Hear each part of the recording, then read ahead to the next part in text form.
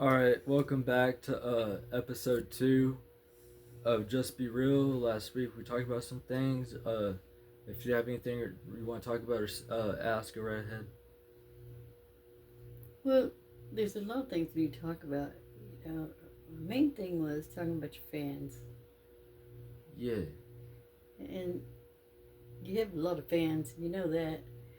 But like, if one came up to you and was asking you personal questions, would you answer that personal question, or would you just blow them off, or would you tell them not to be asking personal questions? Well, I'd answer them, because, like, if the fans want to know, then, I like to interact with fans. Good. You You know? think you have a good personality?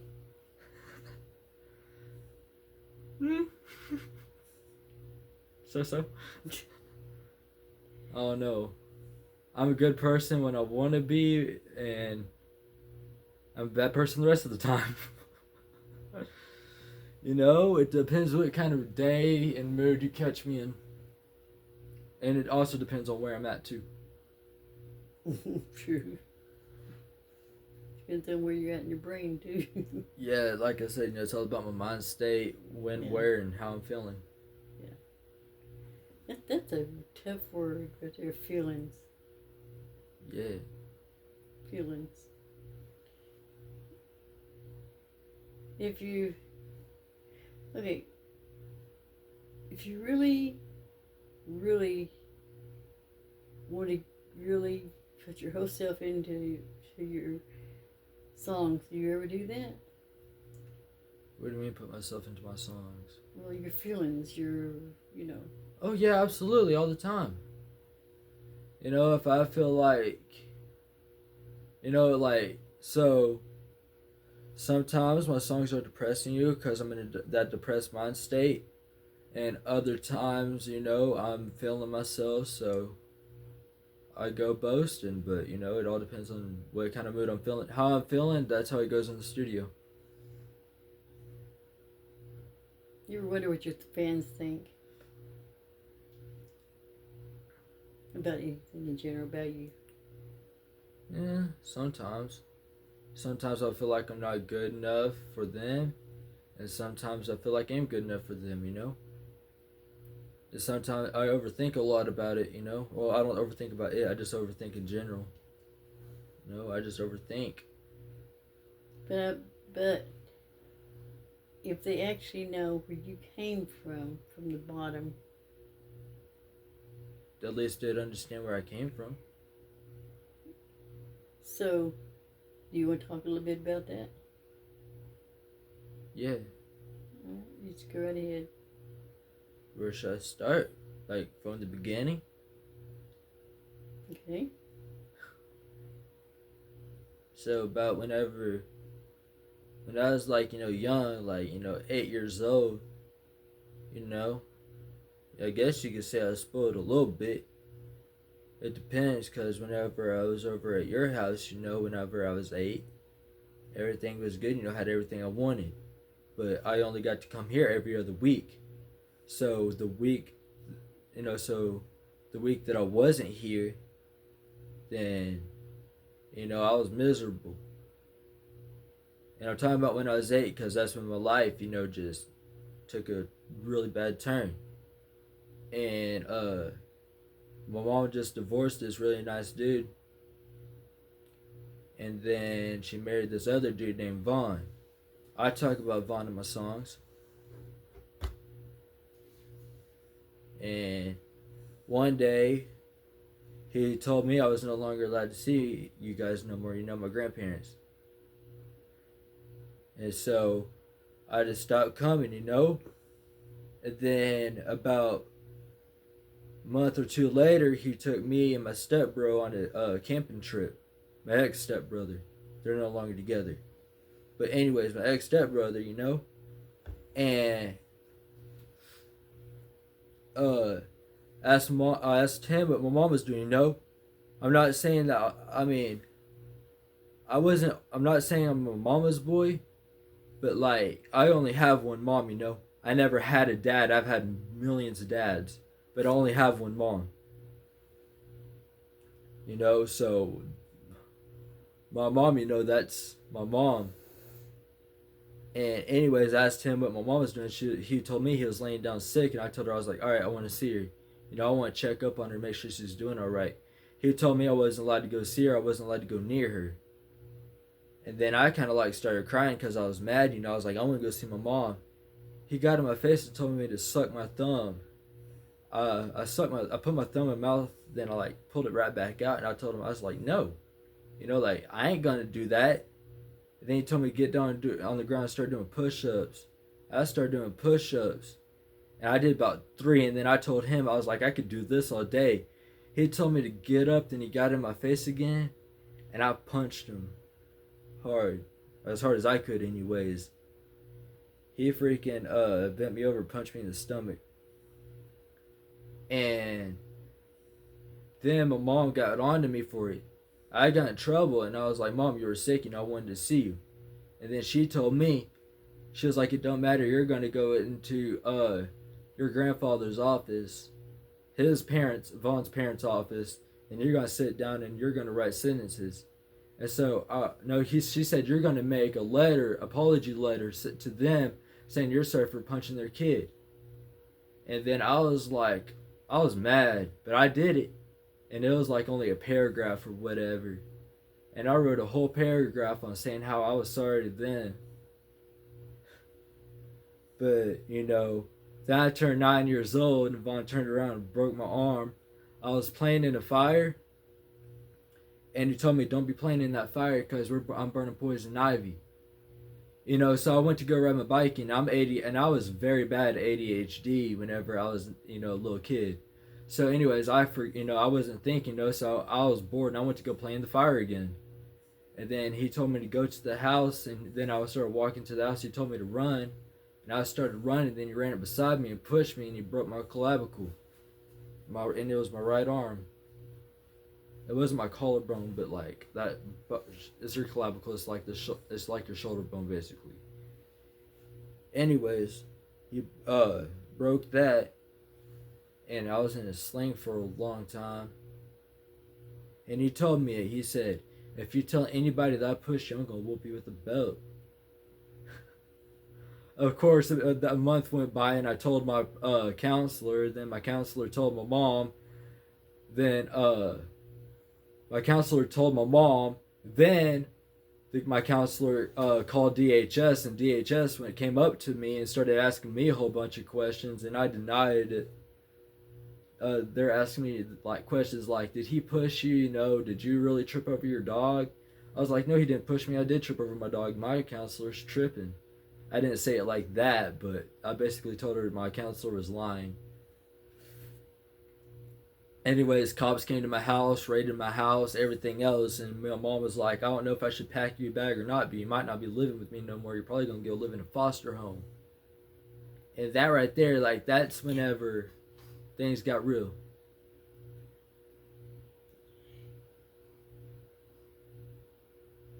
So, oh no, you had a pretty rough childhood. It gets worse. Except for when you were here. Yeah. And your papa spoiled you. Yeah.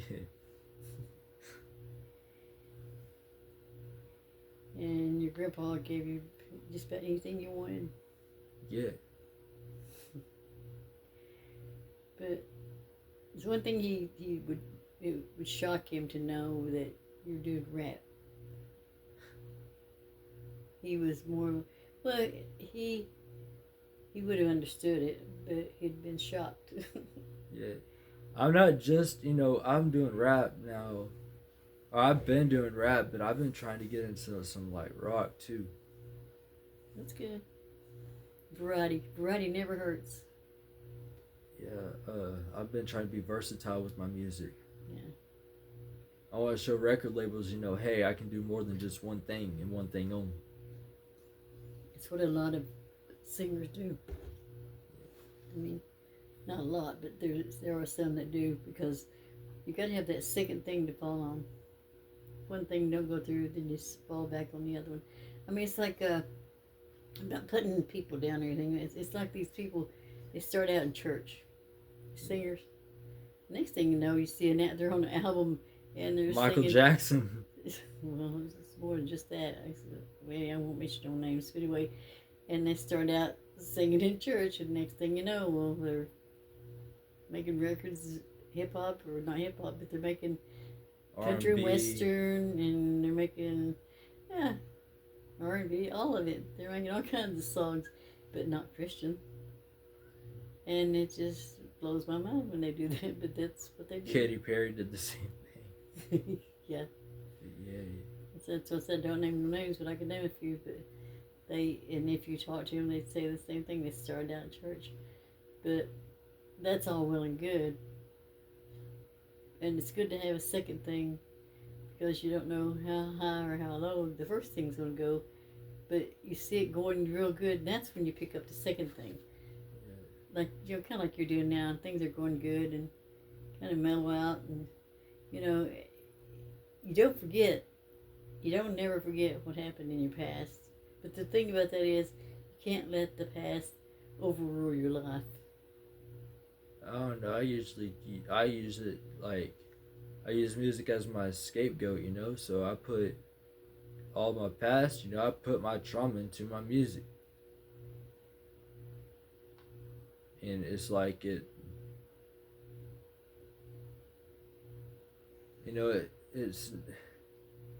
might not sell, but people might not like that, but that's what I went through. That's my life. If you don't like it, yeah, I don't like it either. You think I want to talk about that? Yeah. But anyways, I can finish. I don't know if you're done talking or not, but I can finish the story because there's a lot more to it, than just being 9 years old.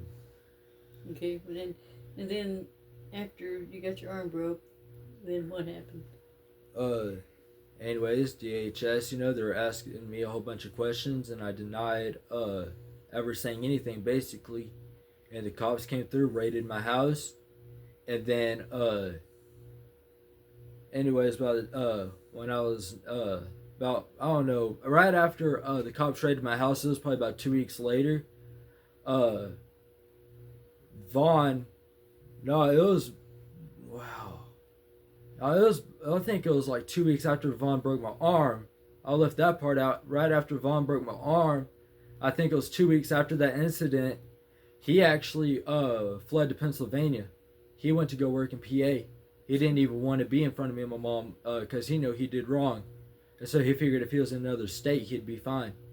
So anyways, whenever he was in Pennsylvania, he cheated on my mom a few times. Quite a few times, actually. And anyways, then it was in Pennsylvania whenever I told my counselor and everything else, because I was like, okay, I don't have to worry about him because he's all the way in PA. But no, so cops came through, raided my house. My mom was worried about me. She told me that I was probably going to go live in a foster home. We worried about that for about 2 weeks.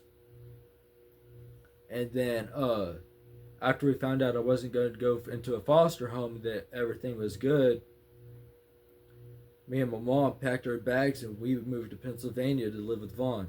That was a bad idea. Anyways, while I was up in PA, I overheard some arguments. I ain't gonna repeat the arguments because I shouldn't have been listening, but I was listening, and I heard some things, and that was the first time I ever heard my mom use the F word. I was kind of like shocked and appalled. I was like, "Holy crap! My mom just dropped the F bomb." I thought that was the thing I only did with my friends. I was like, "My mom learned a new language." But anyway, so everything was good when we moved up in Pennsylvania. But I went to Pennsylvania halfway through third grade. Then I stayed there the last half of third grade, and I stayed there the first half of fourth grade. But whenever then I went from Pennsylvania to back to Arkansas, and I went to live in Fort Smith. So it's not always all glamorous, is it? I actually didn't really have any. I had problems with my teachers when I was up in Pennsylvania, but I actually got along with everybody in my class. Like I had a few friends there. I can't remember any names, but yeah, I had a few friends there. But you didn't drop out. I was like 10 years old in fourth grade. Dropping out wasn't even a thought in my head. I wanted to ditch school in third grade, but I didn't. But nah, I'm glad. I'm kind of surprised my mom didn't actually take me out of school. Switching schools so many times. But anyways, I went to live in Fort Smith. It's the last half of fourth grade. That sucked because I was failing all of my classes. I had like zeros and 30s in fourth grade. I didn't do really good in fourth grade, but my teachers, they didn't really want me in their class no more, so they went ahead and moved me on. That's the public school system for you, just in case you're wondering. So this moved me on to fifth grade. Uh, when I got to fifth grade, I moved schools again. I went from Fort Smith to Fort Smith, but it was a different school district, and it was closer to my house. Anyways, it was funny. Every time I moved schools, I moved houses. So we moved from one house to another. Man, whenever I was to that first school, though, it's actually called Woods Elementary. And anyways, when I was in Woods Elementary, that was my fourth grade. That was the end of my fourth grade year. And anyways, whenever the house I was living in when I was going to Woods, everything went fine for about a week or two. We just got back from Pennsylvania. Just got back. I was there for about 6 months. So that means about 6 months. So about 7 months after Vaughn broke my arm, he started beating on me again. Like him and Mom just got into the argument, and anyways, he pinned me against the wall. I'm naming one incident. He pinned me against the wall, and then he threw me into the hallway. Then he shook me, like he picked me up off the ground. I probably weighed like 110 pounds. He picked me up, started shaking the crap out of me, threw me into a toilet. My head hit the toilet, kind of knocked me for a loop. And then he dragged me into the bedroom and punched me in the stomach a few times. And he is like such a narcissist. Because about 30 minutes later, after he punched me in the stomach, he handed me a grilled cheese and handed me a handed me a motorcycle helmet and told me we were going to go ride a four-wheeler. So it's like, it's crazy. But, anyways, about 2 months after that, I just graduated fourth grade, and then I moved to a new house, and then I started going to Cook Elementary. And whenever I was going to Cook,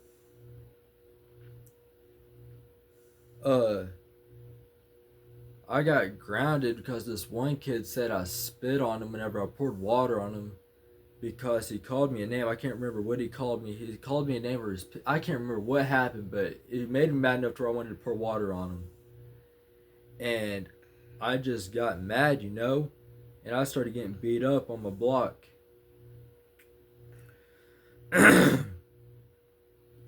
And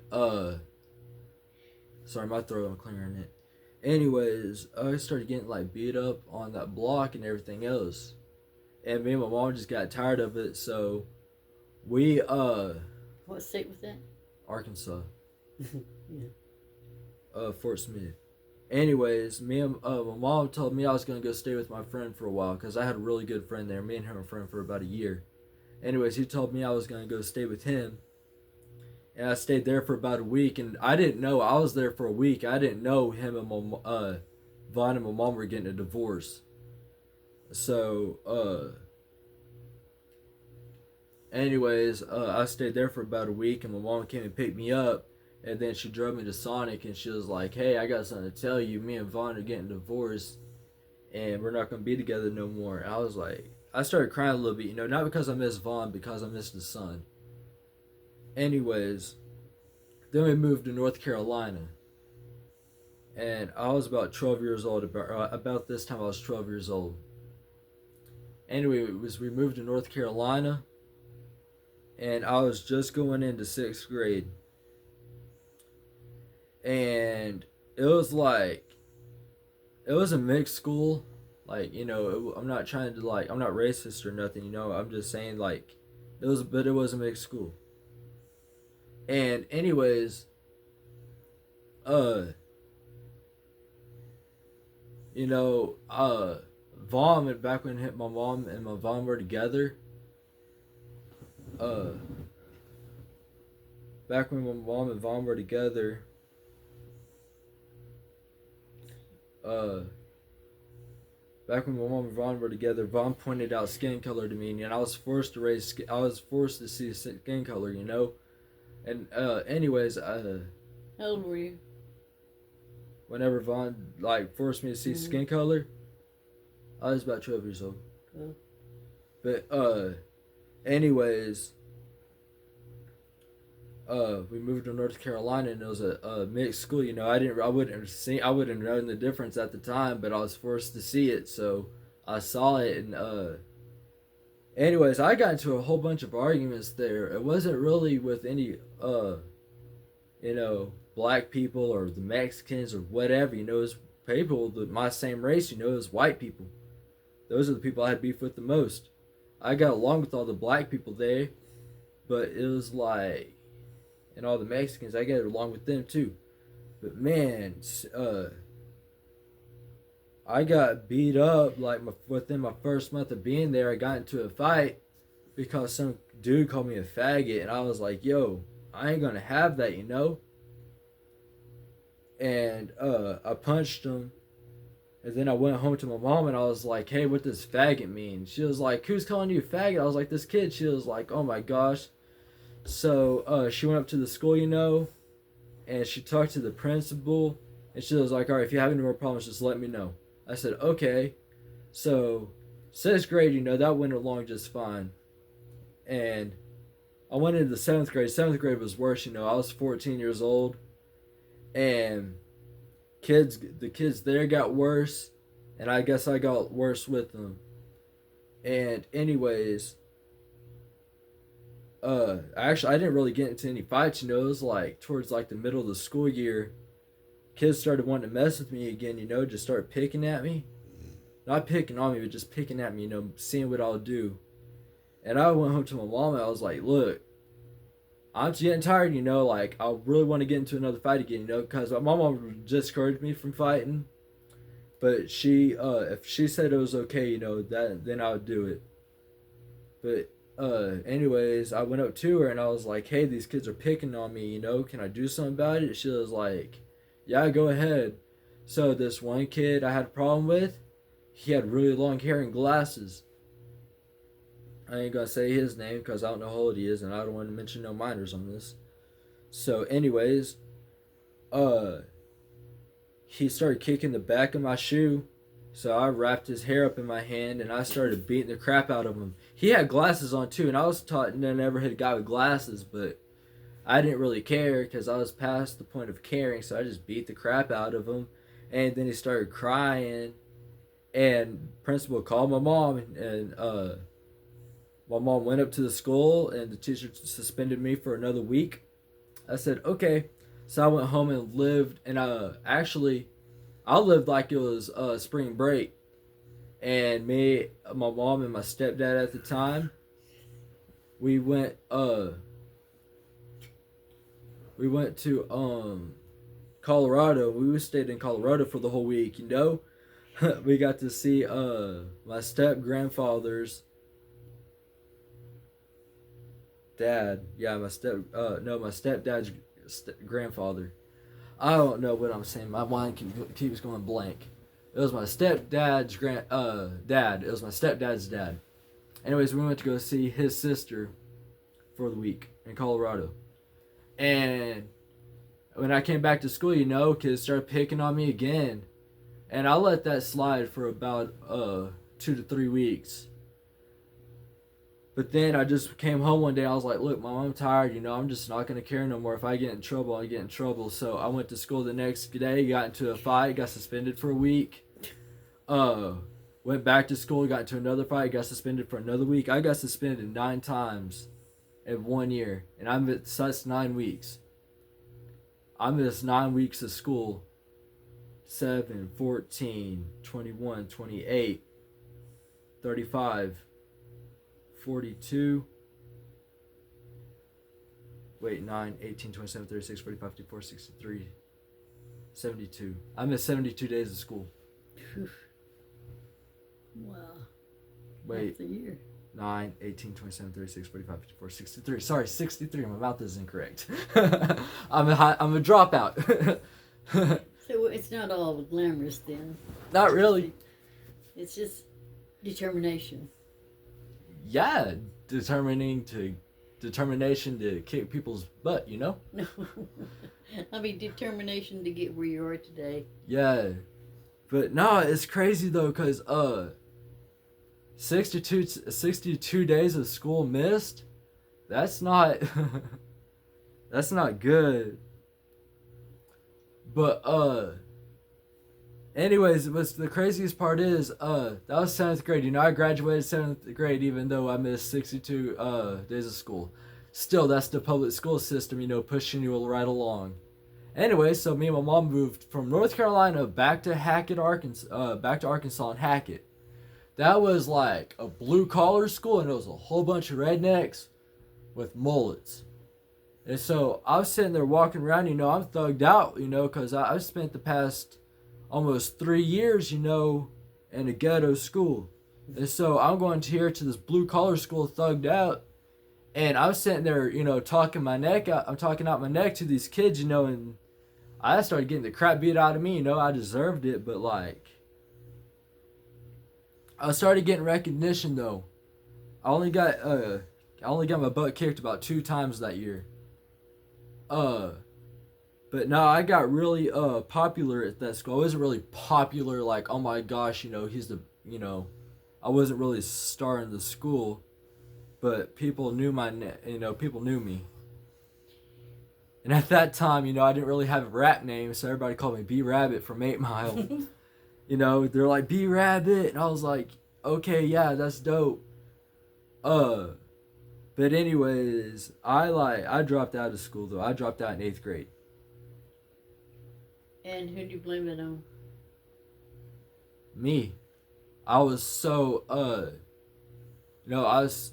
was so out of my mind at that time, I just didn't really care, and I was heavily influenced on hip hop, and I was like, you know what? I had that mind state I still have that mind state, even though it's 5 years ago. I still have that mind state of, all these other rappers dropped out of school. They ain't got no education.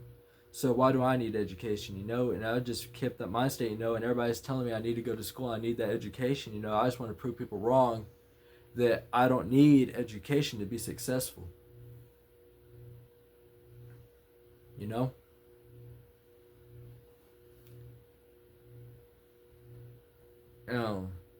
Anyways,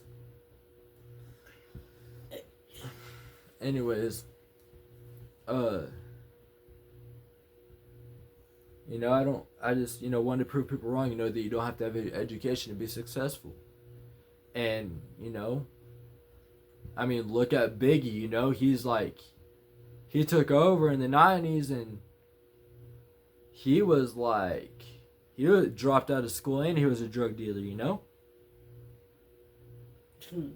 Heck, I tried to be a drug dealer one time, but nobody wanted to sell my antipsychotics, so that put it into that. That's still pretty low when you do that, though. You're better than that. Right, but and whenever everybody could tell by looking at you that you were better than that, and that's a lot of reason why they didn't, and besides they didn't know you, and besides they knew, even though you didn't know, they knew, they could see. Yeah. Because you weren't even, your demeanor, the way you you walk, the way you carry yourself, the way you just act, they know you're not a druggie. They know you're not a drug person selling I'm not a drugs. drug addict, but no, I tried to be a drug dealer, you know, and it's like I stooped that low. Medicated drugs. Yeah, antipsychotics.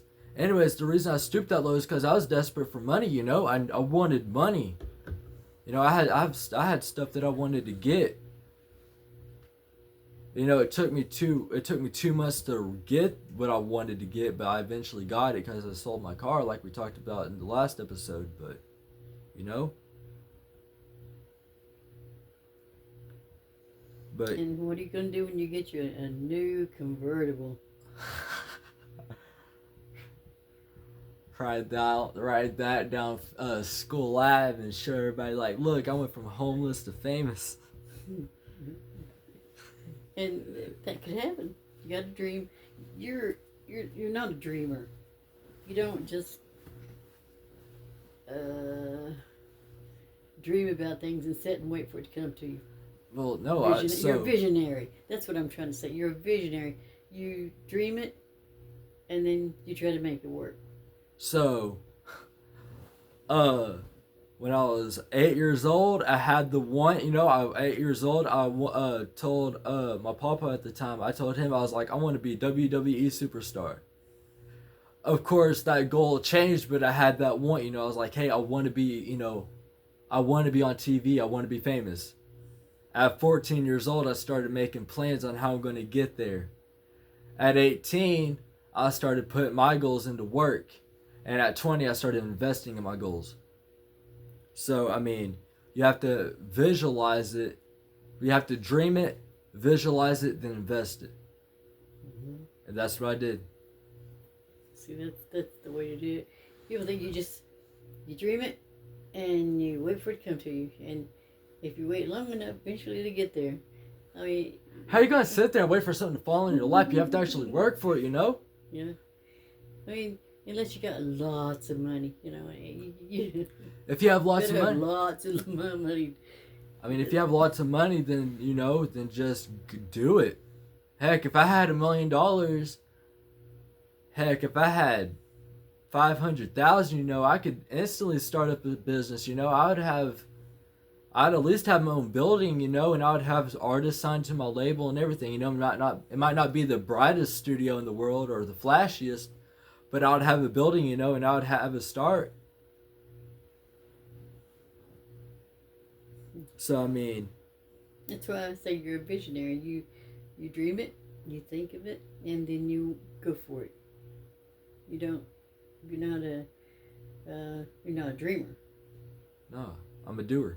You're a doer. Is it kind of hard sometimes? What?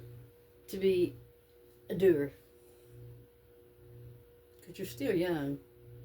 I hate procrastination. You know. If I'm sitting here saying, you know, this needs to get done, this needs to get done, this needs to get done, you know, I'm not going to sit around like, oh, I'm not going to do that right now, you know, I'm going to wait later. I don't have time for later. If it needs to get done, then it's going to get done right then. Really? Really? Is it with everything? We're talking business wise.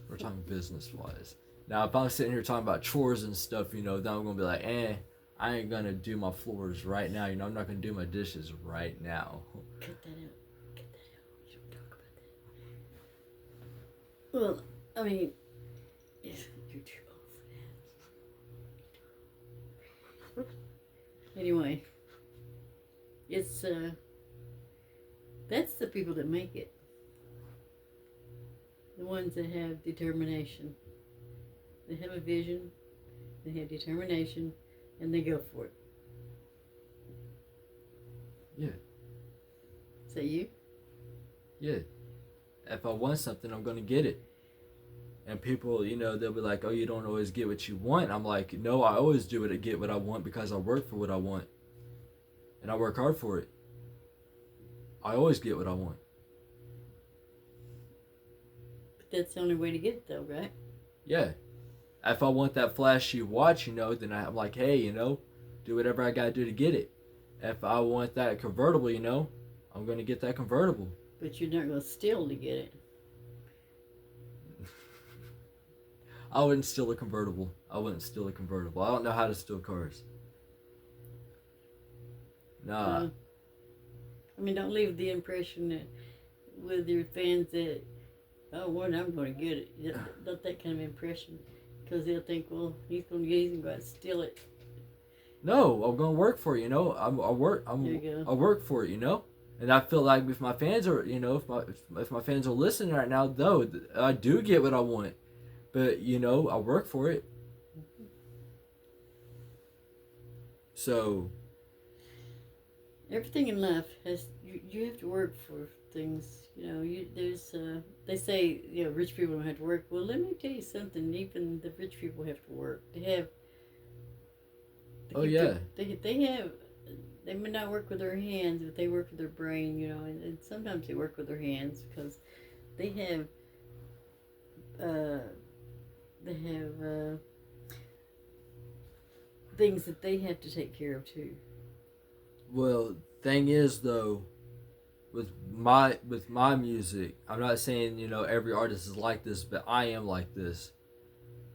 You know, I could be signed to Aftermath or whatever, but you know, I'm going to go from an Aftermath employee, but then after I save up my enough money, you know, and I do get my own record label, or when I have my own record label building, then I don't care if I have $1 billion, you know, I am going to work with my hands because you know, music is my passion, you know, it's my life.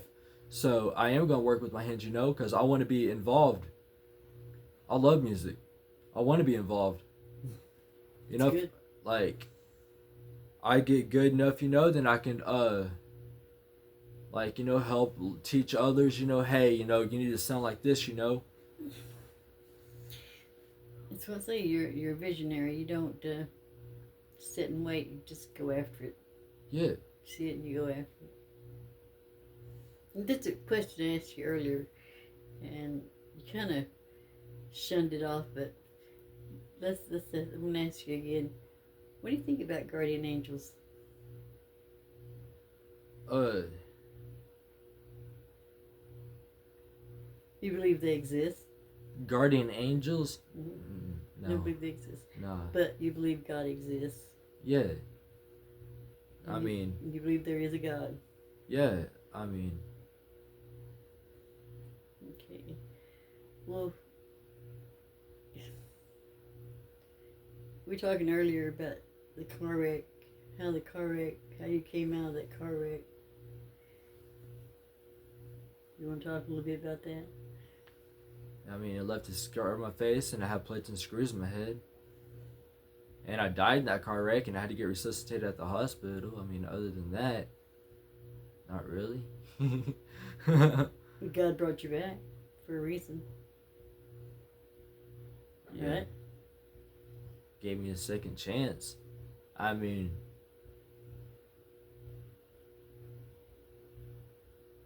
I don't really know. It's like confusing to me, you know, because like before the car wreck, you know, I was making music, but I had some songs recorded, but I had 2 songs recorded, and I was listening to them in the car. That's the last thing I remember, you know, I was listening to my 2 songs that I recorded, and then after that, you know, I lost the phone and all that, you know, and I lost the 2 recordings, but I found the 2 found the 2 songs, the 2 lyrics to the songs I recorded. I found them, and so I already put one out. It was Gangster, and I think I put that on. I can't remember what album I put that on. I think it was like Straight Menace or something. No, that was my Hellraiser. I think I put that song on my Hellraiser. And I got another song coming out soon. And anyways, you know, it's like I don't know what it was. I don't know why I'm here, you know. But you know, life has purpose, but I don't really know what my purpose is yet. You know, you never really know until I don't think you ever will. I don't think people actually know what their purpose is. I know what I want out of life. Already? Yeah. Okay. You know, you gotta. You ever thought that you'd make it this far? What you mean? Like You're in living? No, make it this far in music. I mean, I'm just barely getting in it, you know? I mean, I could Google my name and I can see my name on there and it like has my releases and my record label. So, I mean, I guess that's a start. And you have fans. I got a few fans. But yeah, you know?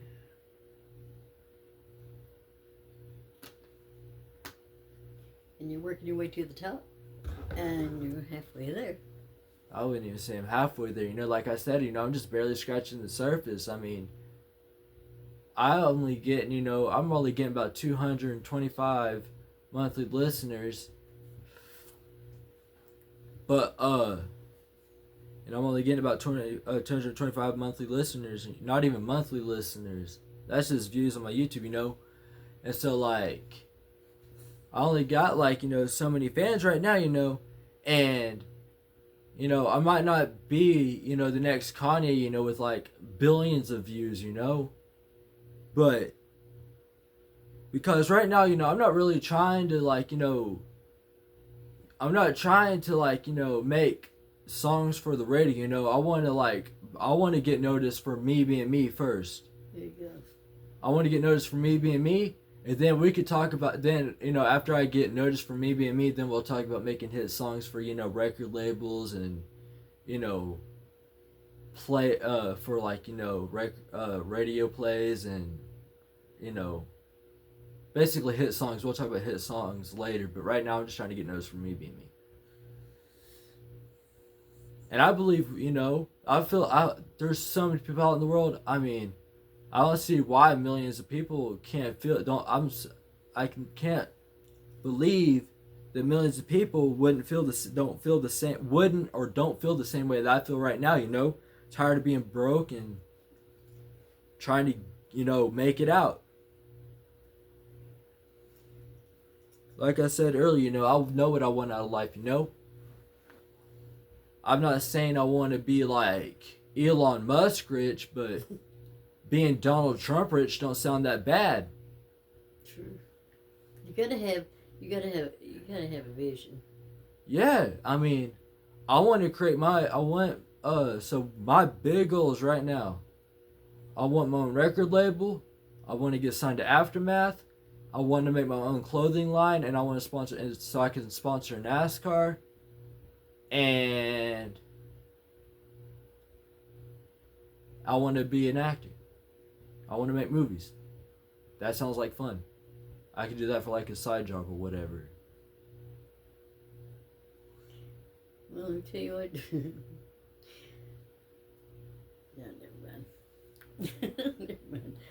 It's you have personality for it. Grant you that you have a lot of personality for it. I mean, you can you just have a good personality. I believe I could be a pretty good actor. I believe you could too. But I want to make my print and music first, you know. yeah. But after I make my print and music, I definitely want to try acting. That sounds like fun. There you go. So you were talking about trying to advance in music by just handing out your albums, but Yeah. Yeah, that might be a good idea, but why? To push my name out there, you know, like I already got distribution and I get paid for streaming for all this. Everybody that listens to my song, I get paid for those streams, you know. So And you got fans. Right? But like, you know, I just want to like push my music out more, you know, like I want to make sure that everybody has at least heard me once. You want to be another? No, you don't. Another what? Eminem or Snoop Dogg? Uh, I want to be the next me. Okay, there you go. That's the way to do it. Like we talked about earlier, role models and this and that. I want to be the next me. There you And I got asked a question. I'm sorry for changing the topic, but I got asked a question last week. I think it was Sunday. Yeah, it was Sunday. Anyways, yeah, Mother's Day. And anyways, we went down to the lake and I walked up to this girl. She started asking me questions, like she asked me, "Who's your biggest inspiration?" And I started naming off all these people, and I was like, "What am I saying?" And I looked right at her. I don't really like making eye contact with people. But anyways, I looked at her. I made eye contact with her, and I was like, "You know what? Forget everything that I said. I am my biggest inspiration, because everything that I have is because of me, and I work for it. So I am my biggest inspiration." Mm-hmm. There you go. And that's what she said. She's like, "All right, that's pretty bold statement, but I mean, True. it's true." And then she asked me another question. She said, "What's your favorite song right now?" And I didn't really have a question. I didn't really have an answer for that question, but I'm going to answer it to you because I have that. I have that answer now. And my favorite song right now is "Hate It or Love It." It was on the documentary by Game, and 50 Cent's a feature on that song. But "Hate It or Love It." That's my favorite song right now. Hate it or love it. That's about the point of it all, huh? Right? But you gotta do one, two, hate it or love it. There is no in between. Right. Can you imagine doing just, you're not the type of person that if you got on top of the ladder, you kick everybody down. No, if I'm on top of the ladder, I want to help others get out of the same situation that I was in. There you Hey, I'm just... go. A lot of people wouldn't do that. Yeah. There's this show called Rhythm and Flow. And there's a lot of people, that all these artists, they denied them a deal or whatever. And I just kind of look at these people, I'm like, what? You're making a huge financial mistake, And I'm like, that that person sounded really dope. And you're sitting there just denying them. And I I want to get on that game show. I want to, I want to be there, and I want to, because there's a lot of people that they might not sign, but I definitely would. I definitely would.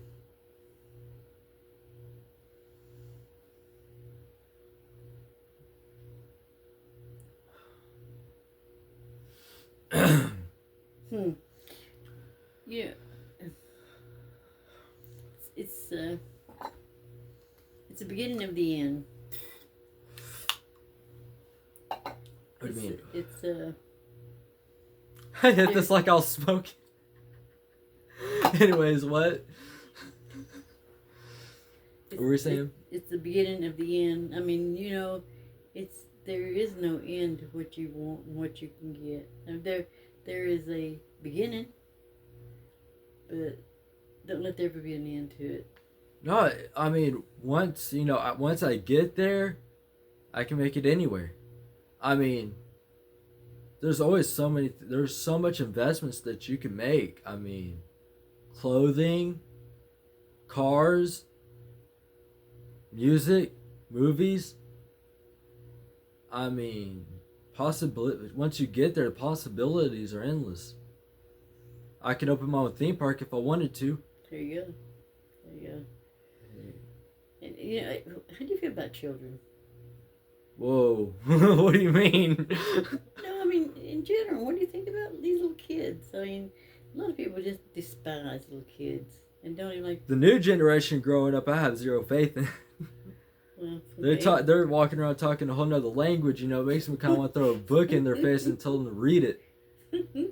Heck, I got a dictionary in my room. Want to throw it at their face? But like, here, read this. You'll learn some actual, learn real English, not that gibberish you're talking. Hey. But they don't stop. They're always reaching for something different. They're trying to get it over on adults. I don't get this new generation slang, and it's like that's mad crazy. But that's what people said about my generation when I was young. I don't get this generation. They're crazy. Right? But we were okay. Yeah, we were protesting, and yeah, we were wanting peace because they had the Vietnam War going on, and we wanted peace, and they didn't get it. They didn't, because so many people were sent over in Vietnam dying every day. Yeah. And they didn't get what we were. The whole point of the generation then, they had their own little language too, and the adults try to catch up with them, but they couldn't catch up with them either. I mean, it's just a language all of your own, and they look at people that that generation, because they start talking gibberish, and they'd say, "What'd she say? What'd you say?" Right. It's No, the same thing all over again now.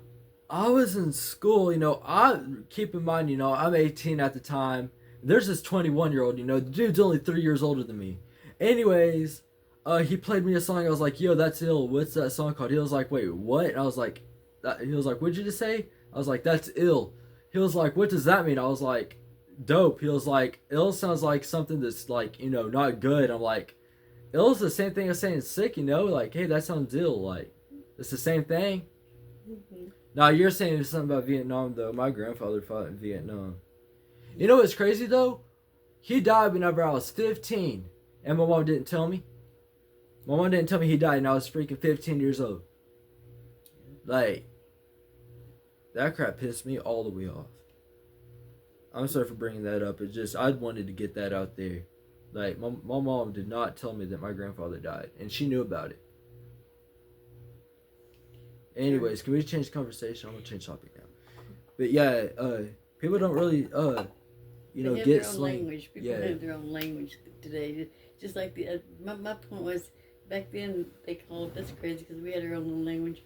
And when your uncle's talking to you and showing you some of this stuff you're talking, Yeah, and it made me think about when back when I was young, and my brother that was a year older than me, and a friend of mine, we made a entirely new kind of language, and we're trying to make that new so people catch on to that.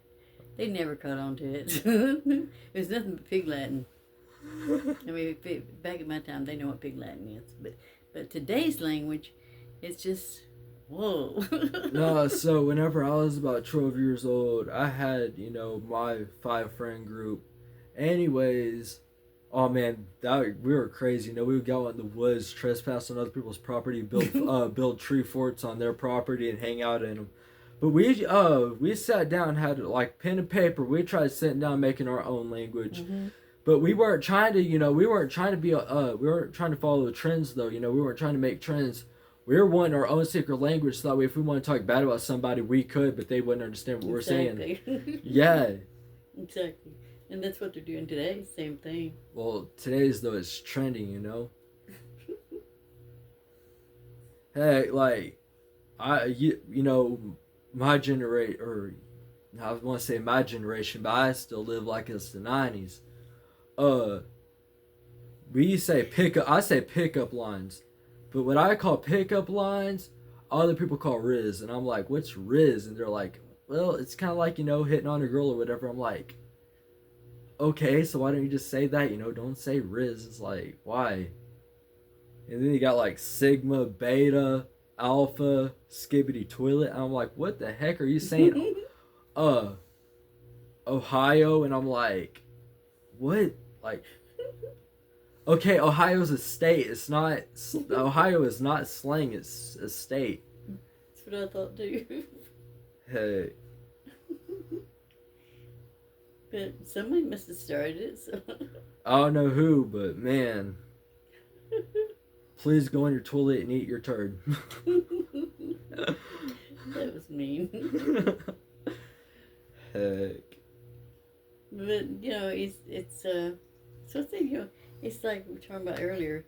You, your fans follow you around and they want to be like you, to dress like you, walk like you. Just and I caught on to one like yesterday, and you know how sometimes you just lazily put your boots on and let them flop. You get rushed, put your boots on. Oh yeah, like don't You put know, your shoe on all flop. the way and you just like, yeah. They kind of, but there's a girl, or no, it's a guy. This guy was doing the same thing today, and I thought it was you. And I turned and looked, and I said, Well, if I'm going out in public, I always have my shoes on, put on all the way. But if I'm just walking out my front yard going to check the mail or something, I don't put my shoes on all the way. But when you walk, you let your heels hit like. Oh yeah, I go heel toe, heel toe. Yeah, and I caught this kid doing that today, and I thought it was you.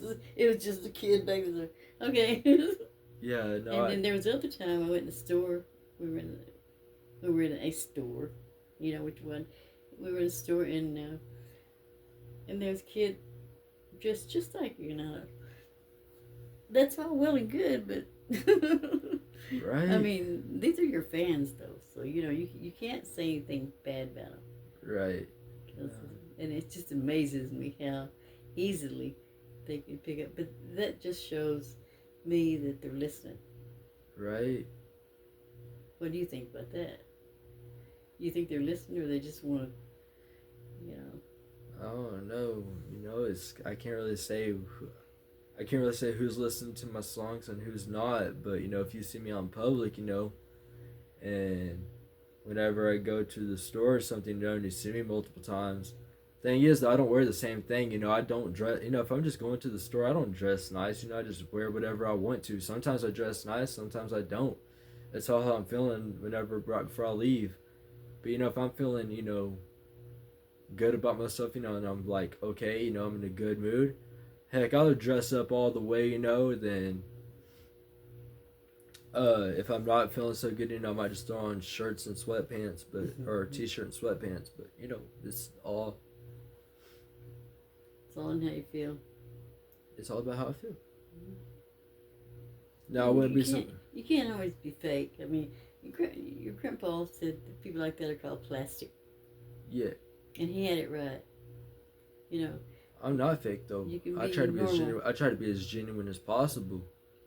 That is important. And my music, if I talk about having jewelry, I got jewelry. If I talk about money, okay, I might not have money, but I believe in speaking things into existence. If I talk about money, I will get it, because I will work to get what I'm saying. That's right. It's just amazing how people. Rags to riches, grams to Grammys. That's You all right, got to start that's right. somewhere. That's right. And it's just it's amazing how things change. I was thinking back when you were 18, but now you're older, and you act older, and you seem older, and you should be. Well, yeah, You don't have that craziness about you, and it's just funny how you change, and it's always to the good. well, a lot can happen in 2 years. I'm 20 now, so like, a lot of things can happen in 2 years. I've also seen a lot of things in the past 2 years too. Mm-hmm. Not all of them were good, but I've seen a lot of things, and I've seen what real life can do to you, and I see how easily life can be taken from you. So, I live every day like it's my last.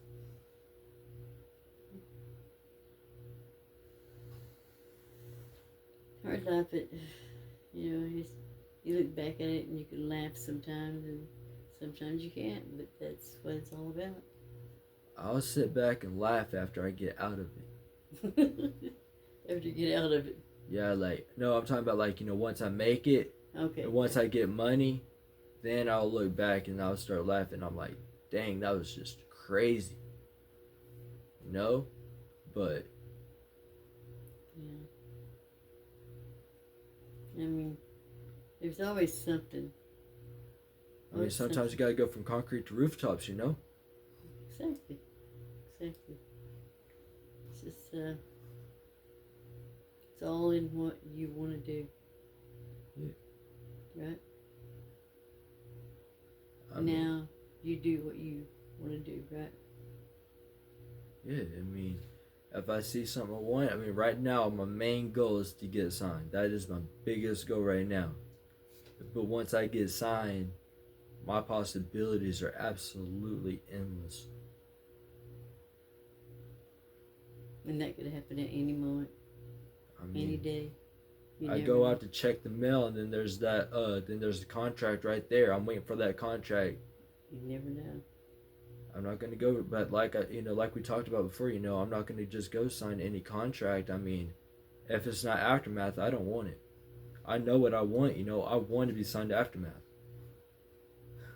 I say Aftermath a lot, but Aftermath Entertainment, Aftermath, Interscope, and Shady, those three record labels, those three record labels are the reason why I'm where I'm at right now. Those are the labels that got me to where I want to be.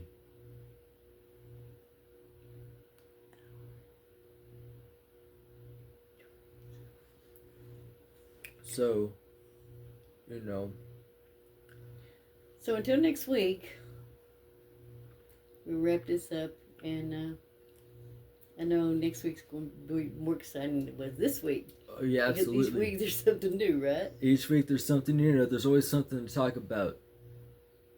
Never run out of things to talk about, do you? Never.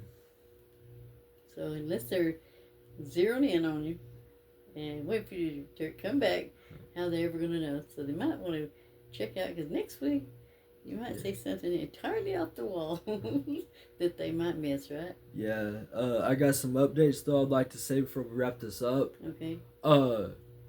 So last week I talked about how I'm going to put in an album with 20 something labels. That might have been a little bit too ambitious. I think I want to put my first album out and see how it goes. So I'm going to settle for about 8 to 10 songs, about half of what I said, and then I'm going to see how that goes because I want to get my first album out, because I have a bunch of EPs with like 5 songs, but I want to put out about 8 to 10 songs, and I'm going to see how that goes first. Right now, I got about 8 songs written, so I'm going to record those and put them out and see how it goes. Then after that, I'll let you guys know what's going on. There you go. All right.